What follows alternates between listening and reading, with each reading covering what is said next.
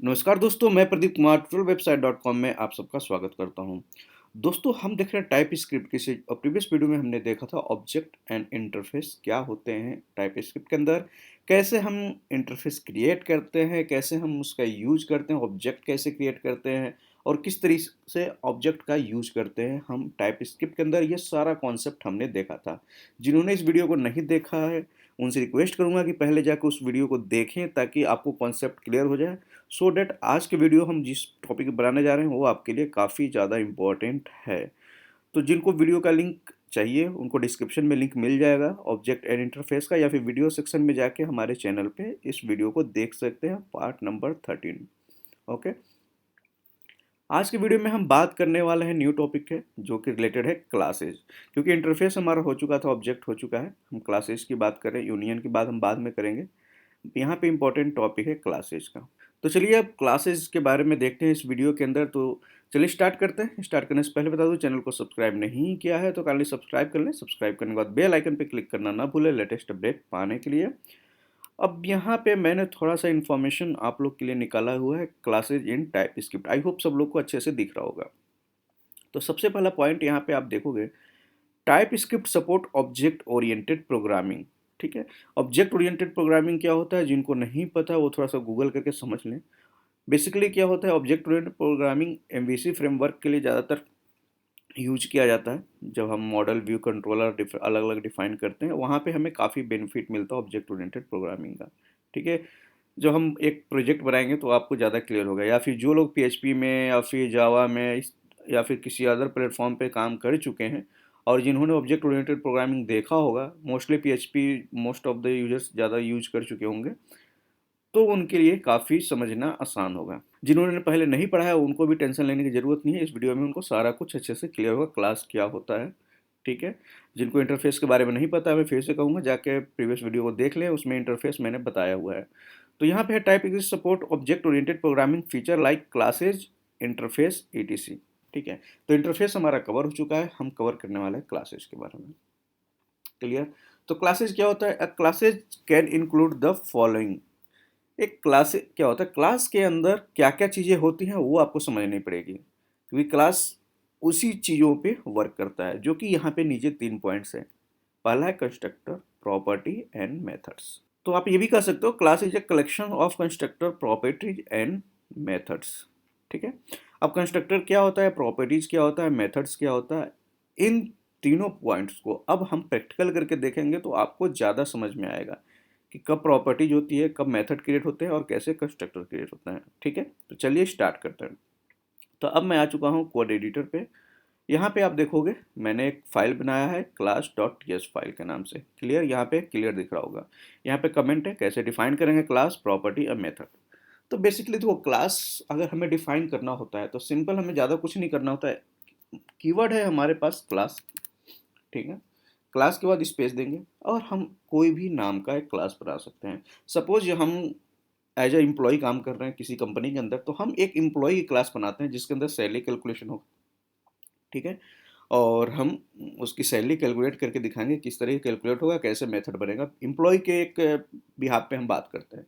तो सबसे पहले हम क्या करेंगे, एक एम्प्लॉय नाम का क्लास बना देते हैं। ठीक है, क्लास सिंबल यहाँ पे ऐसे। क्लियर हो गया? जब हम ऑब्जेक्ट बनाते हैं तो कैसे बनाते हैं, फिर से मैं कहूँ ऐसा ना हो थोड़ा कंफ्यूज हो जाओ आप। ऑब्जेक्ट बनाते हैं तो हम लिखते हैं वेरिएबल का नाम, और मान लो एम्प्लॉय लिखना है, एम्प्लॉय। ठीक है, फिर इक्वल टू, देन हम करली ब्रैकेट लिखते हैं, तो ये ऑब्जेक्ट बनता है। लेकिन जब क्लास बनाते हैं तो हम इतना कुछ नहीं लिखते, सिंपल क्लास और क्लास का नाम, और ये क्लास बन गया। और क्लास को यूज करने के लिए हमें बनाना पड़ता है क्लास का ऑब्जेक्ट या कहो इंस्टेंस। ठीक है, वो कैसे बनता है उसके लिए हम यहाँ पे लिखते हैं कांस्टेंट और कोई नाम, जैसे इम्प्लॉय का शॉर्ट मैंने कर दिया ईएमपी। ये ऑब्जेक्ट हमारा बन गया, इक्वल टू न्यू कीवर्ड्स हमेशा यूज होता है जब हम कोई भी इंस्टेंस क्रिएट करते हैं, और यहाँ पे लिखा एम्प्लॉय, और एम्प्लॉय को एज ए फंक्शन इस तरीके से लिखते हैं। तो ये हमारा क्लास बन गया, और क्लास का हमने यहाँ पे ऑब्जेक्ट बनाया या इंस्टेंस बना लिया। ये सिंपल एक क्लास है। अभी यहाँ पे कोई प्रॉपर्टीज है, कोई मेथड नहीं है। ठीक है, ये सिंपल एक क्लास है, और क्लास को यहाँ पे इस तरीके से कॉल कराते हैं। क्लियर? ओके, अब यहाँ पे बात आती है सेकेंड पॉइंट, प्रॉपर्टीज। तो बेसिकली प्रॉपर्टीज क्या होता है, नॉर्मली हम अभी तक पढ़ रहे थे, तो जब हम कोई भी एक वेरिएबल क्रिएट करते हैं, वेरिएबल का नाम क्रिएट करें, सपोज एम्प्लॉय के अंदर क्या हो सकता है, नेम हो सकता है, उसकी एज हो सकती है, उसकी एम्प्लॉय की इन्फॉर्मेशन लाइक ईमेल आईडी हो सकती है, फ़ोन नंबर हो सकता है। एम्प्लॉय की अगर सैलरी कैलकुलेशन की बात करें तो पर डे की सैलरी हम डिफाइन कर सकते हैं, पर डे मान लो इतना मिलेगा और कितने दिन उसने काम किया, ठीक है, उसके बिहाफ पे हम सैलरी कैलकुलेट करके दिखा सकते हैं, ठीक है। तो चलो अब प्रॉपर्टीज की बात करते हैं। तो अब इसके अंदर हम कुछ प्रॉपर्टी डिफाइन करते हैं। तो सबसे पहले हमने प्रॉपर्टीज डिफाइन किया, इसके अंदर नेम, ठीक है, एम्प्लॉय होगा तो उसका नेम होगा, ठीक है। उसको हमने यहाँ पे टाइप डिफाइन कर दिया, स्ट्रिंग, ओके, दैट्स इट। फिर एंटर करेंगे। अब मान लो एज है तो हमने एज लिख दिया, ये एक तरीके का नंबर होगा। यहाँ पे देखिए वैल्यू असाइन नहीं कर रहे हैं, हम सिर्फ प्रॉपर्टी, मतलब वेरिएबल जब हम डिफाइन करते हैं क्लास के अंदर तो उसको हम बोलते हैं उसकी प्रॉपर्टी। अब समझ में आ गया प्रॉपर्टीज क्या होती है। जब किसी क्लास के अंदर हम कोई वेरिएबल डिफाइन करते हैं, मतलब डिफाइन कर रहे हैं, उसको हम वैल्यू असाइन नहीं कर रहे हैं, सिर्फ डिफिनेशन उसको डिफाइन कर रहे हैं कि वेरिएबल का नाम क्या है और उसका टाइप क्या है, ठीक है, तो वो हो गया उसकी प्रॉपर्टी। तो नेम हो गया, एज हो गया, पर डे सैलरी, पर डे एक सैलरी बनेगी, इसको हम बोल देते हैं पर डे सैलरी, हम फिलहाल के लिए बोल देते हैं पर डे सैलरी, ठीक है। ये भी एक तरीके का हमारे पास नंबर होगा, क्लियर। उसके बाद total working days, total work days, total days, total days कितने दिन वर्क किया है आपने, तो उसको भी हम यहाँ पे क्रिएट करते हैं नंबर, ये भी क्लियर। अब यहाँ पे देखिए ये हमारे पास प्रॉपर्टीज हो गई, ठीक है। अब यहाँ पे पॉइंट आता है कि अब यहाँ पे तो जी हमें सैलरी को कैलकुलेट भी करके दिखानी है, फिर टोटल सैलरी कितना है, तो उसके लिए हमें बनाना पड़ेगा फंक्शन। जिस सैलरी के अंदर फंक्शन होगा, फंक्शन के अंदर क्या होगा, दोनों का पर डे क्या सैलरी मिल रहा है एंड देन कितने दिन आपने काम किया, दोनों को मल्टीप्लाई करके हम उसकी टोटल सैलरी दिखाएंगे। तो अब यहाँ पे हमें बनाना पड़ेगा फंक्शन। तो हम यहाँ पे मान लीजिए लेट से बनाते हैं फंक्शन टोटल सैलरी, इसको हमने ऐसे लिखा और यहाँ पे हमने रिटर्न किया इंफॉर्मेशन, ठीक है। रिटर्न करने के लिए सिंपल हम यहाँ पे लिखेंगे, मान लीजिए हमने यहाँ पे लिखा टोटल, कोट्स के अंदर टोटल सैलरी। अब टोटल सैलरी को कैलकुलेट करना है तो इसके आगे हम स्पेस दे देते हैं, तो वन के आगे आपको जो कीवर्ड दिख रहा है वो यहाँ पे टाइप करते हैं, उसके बाद हम लिखते हैं डॉलर, ठीक है, करली ब्रैकेट और यहाँ पे वेरिएबल का नाम। तो अब देखिए टोटल सैलरी कैलकुलेट करेंगे तो उससे पहले हमें क्या होगा, सैलरी इसके अंदर कुछ पैरामीटर्स मिलेंगे। पहला पैरामीटर हमारा क्या होगा, पर डे सैलरी, पर डे सैलरी, तो हम लिखते हैं पर डे सैलरी, पीडीएस हम लिख रहे हैं इसको शॉर्ट में। ये क्या होगा, एक तरीके का नंबर होगा, ठीक है। दूसरा हमारा क्या होगा, दूसरा हमारे पास होगा टोटल डेज, कितने दिन हमने काम किया है, टोटल डेज, टीडी हमने मान लो लिख दिया, ये भी एक तरीके का हमारे पास नंबर होगा। अब यही दोनों वैल्यू हमें मिलेंगे और इस वैल्यू को ही हम क्या करेंगे, पास करेंगे यहाँ पे और कैलकुलेट करेंगे, ठीक है। तो ये जो डाटा है, या तो हम डायरेक्ट इसको यहाँ पे पास कर दें या फिर इसी डाटा को सबसे पहले हम क्या करें, इस वेरिएबल के अंदर स्टोर कराएं। तो उसके अंदर स्टोर कराने के लिए हमें यहाँ पे लिखना होगा दिस डॉट, देखो दिस डॉट लगाए तो यहाँ पे सारे के सारे आपके प्रॉपर्टीज दिखने लगे। तो दिस डॉट के साथ हमें क्या लगाना है, सबसे पहले हमें लगाना है पर डे सैलरी और इक्वल टू ये क्या हो गया, पीडीएस, पर डे सैलरी, इसको असाइन कर दिया। उसके बाद second this dot total days, ये हमारा हो गया टीडी, इसको असाइन कर दिया। तो अब हमें डाटा जो मिला उसको हमें यहाँ पे लेना है। अब यहाँ पे मान लो हम टोटल सैलरी, अब यहाँ पे एक और वेरिएबल हम बनाते हैं टोटल अमाउंट, टोटल अमाउंट, उसको हमने दिया नंबर, ये भी एक तरीके का नंबर है। अब यहाँ पे लिखेंगे this dot total amount equal to this dot per day salary multiply by this dot total days, clear, ऐसे। या फिर डायरेक्ट आप इतना ना करके आप डायरेक्ट इसको भी लिख सकते थे, पीडीएस इंटू TD, ये आपके ऊपर है, आप वैल्यू असाइन करके लिख रहे हो या ऐसे ऐसे भी लिखोगे तो कोई दिक्कत नहीं है। ठीक है, अभी हम ऐसा रखते हैं, हम दोनों तरीके से देखेंगे सही। अब ये टोटल अमाउंट हमें मिल गया तो हम इस वेरिएबल को अब क्या पास कर देंगे यहाँ पे, सिंपल, दैट्स इट, हमारा कंप्लीट। क्लियर, तो ये हमारा टोटल कैलकुलेशन हो गया। तो अब देखिए ये हमारा हो गया एक तरीके का मेथड, समझ गए। अब आपको मेथड कैसे, ये तो हमारा फंक्शन है, क्योंकि हमने टोटल सैलरी का फंक्शन बनाया जिसके अंदर हम अपना पैरामीटर पास कर रहे हैं। तो यहाँ पे आपको क्लियर होना है कि अगर हम कोई फंक्शन किसी क्लास के अंदर बनाते हैं तो वो हमारा क्या होता है, उसको हम बोलते हैं मेथड्स। ठीक है, क्लास समझ में आ गया। क्लास के अंदर हम कोई वेरिएबल डिफाइन करते हैं तो वो हमारी होती है प्रॉपर्टी, और क्लास के अंदर कोई फंक्शन डिफाइन करते हैं तो वो हमारा हो जाता है मेथड, तो उसको हम बोलते हैं मेथड। क्लियर, परफेक्ट, अब आपको समझ में आ रहा होगा। तो ये 2 पॉइंट क्लियर हो गए, प्रॉपर्टी क्या होता है, मेथड्स क्या होते हैं, क्लास क्या होते हैं, तीनों आपको समझ में आ गया। अब यहाँ पे देखिए हमने क्लास डिफाइन कर लिया, यहाँ पे इंफॉर्मेशन भी डिफाइन कर लिया, और यहाँ पे हम डाटा भी, मतलब टोटल सैलरी के लिए हमने मेथड भी डिफाइन कर लिया। अब यहाँ पे वैल्यू पास कैसे करेंगे, नेम का, एज का, पर डे सैलरी, टोटल डेज और टोटल अमाउंट, इसको पास भी तो करना होगा और फिर उसको कंसोल कराना होगा। अगर हमें कंसोल कराना है तो मान लीजिए यहाँ पे हम एक और मेथड बनाते हैं, गेट नेम।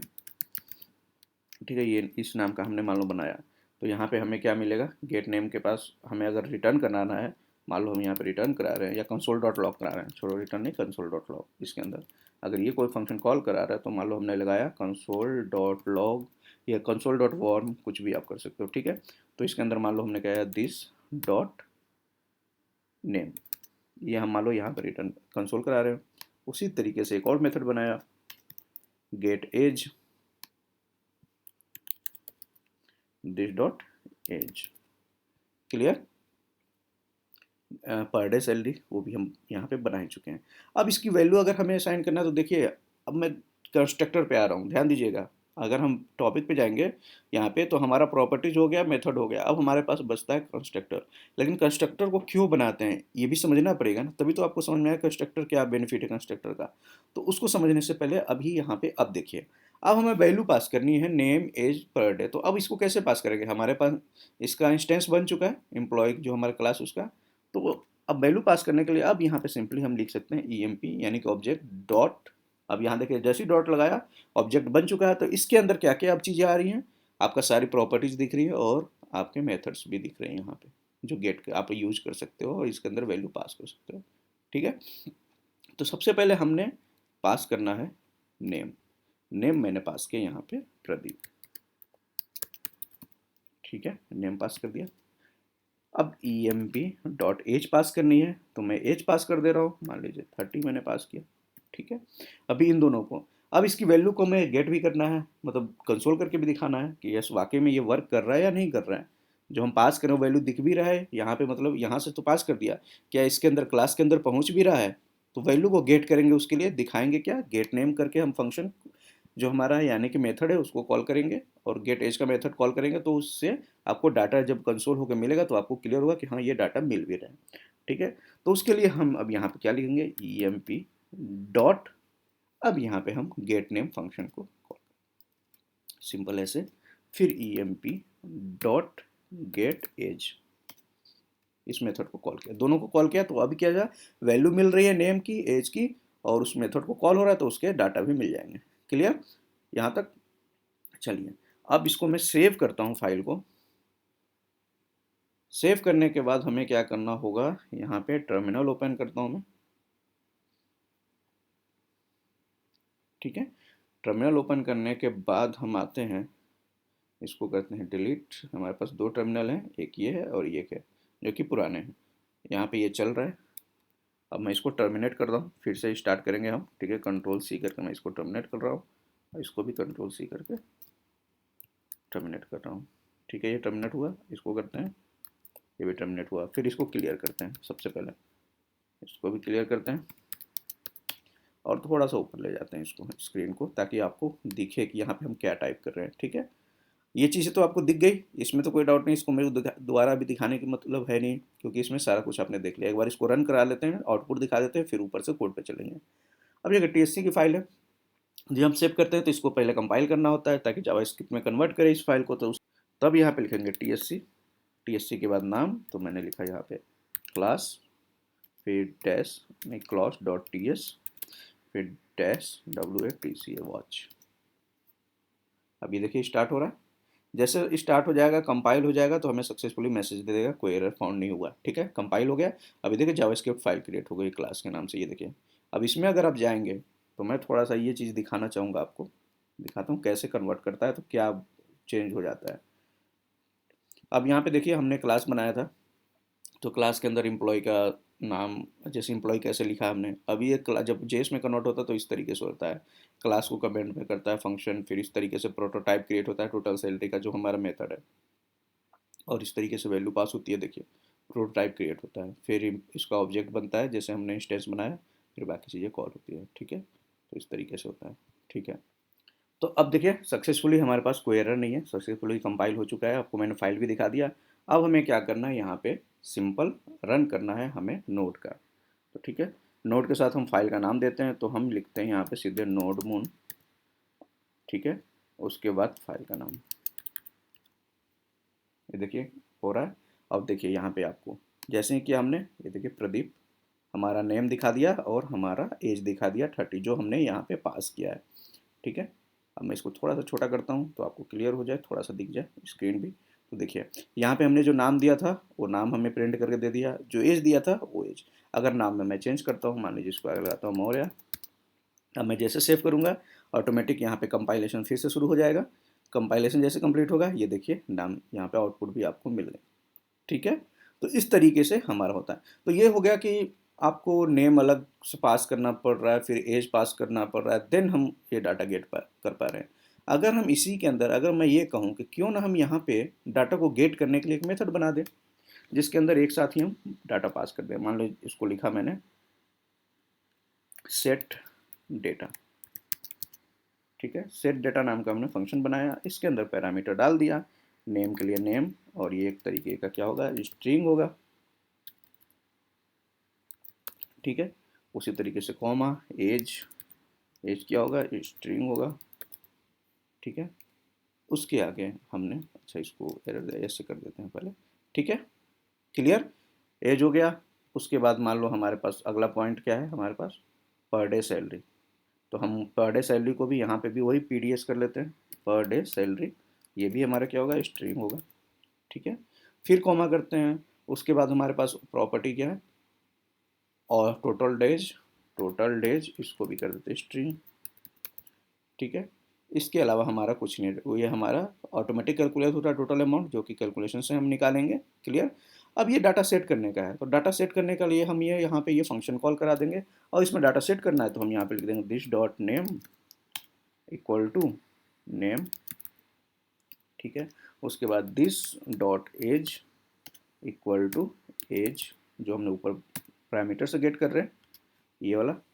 ठीक है, अब यहाँ पे देखिए थोड़ा सा यहाँ पे दिक्कत क्या कह रहा है, string is not assignable to type number. अच्छा, यहाँ पे हमने स्ट्रिंग किया है, अब इसको नंबर कर देना है हमें।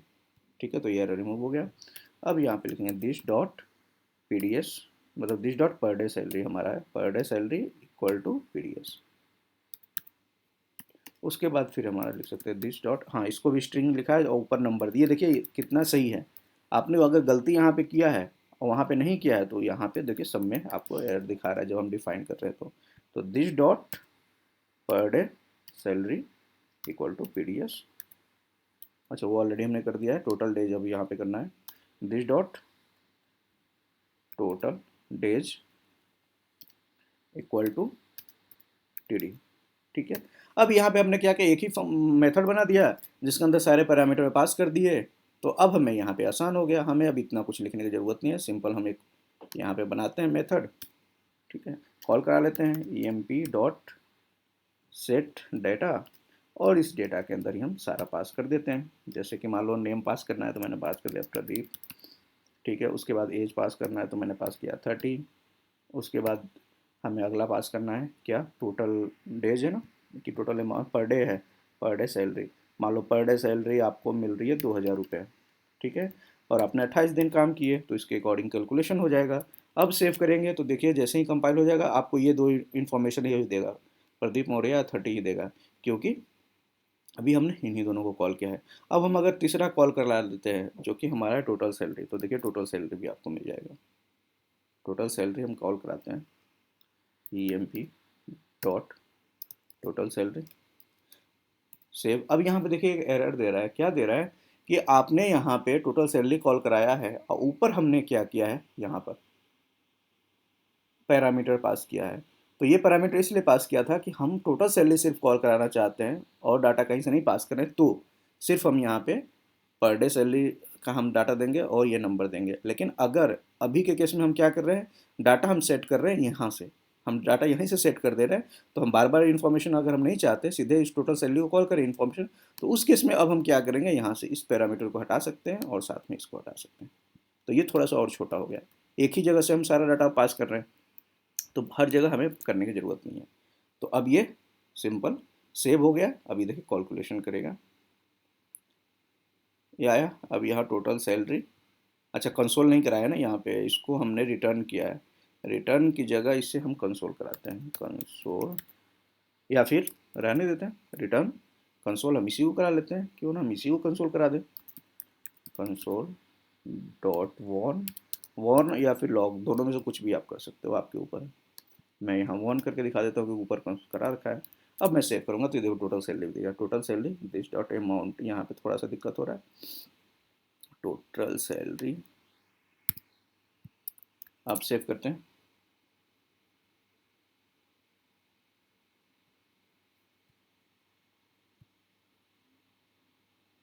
ओके। यहाँ पे दिक्कत हो रही थी क्योंकि वेरिएबल में नहीं पास हो रहा था ना। अब देखिए यहाँ पे टोटल सैलरी आपके आ गई, ठीक है। 2000 के हिसाब से 28 दिन का क्या हुआ, आप देख रहे हो 56,000 परफेक्ट सैलरी आ रही है, कोई दिक्कत नहीं है। 2000 इंटू 28 अगर करोगे तो यही सैलरी आपको मिलेगी कैलकुलेट होके, ठीक है। यहाँ पे ध्यान दीजिएगा, थोड़ा सा गलती होगी यहाँ पे, जब हम वेरिएबल को हम एक रिटर्न करते हैं मतलब कोट्स के अंदर इस तरीके से, तो आपको जो हमने बताया था कीवर्ड वन के पहले जो होता है ये कीवर्ड आपको यहीं से स्टार्ट करना होता है, ठीक है। इसके बीच में यहाँ पे कोट्स नहीं लगाते हैं, ठीक है। तो एक चीज़ ध्यान दीजिएगा आप कि हमेशा यहाँ पे कोट्स नहीं, अगर इस तरीके से आप डिफाइन कर रहे हैं रिटर्न डाटा या आउटपुट, तो आपको कोट्स को ऐसे लिखना है, ये वाला कोट्स लगाना है जो वन कीवर्ड से पहले है, ठीक है।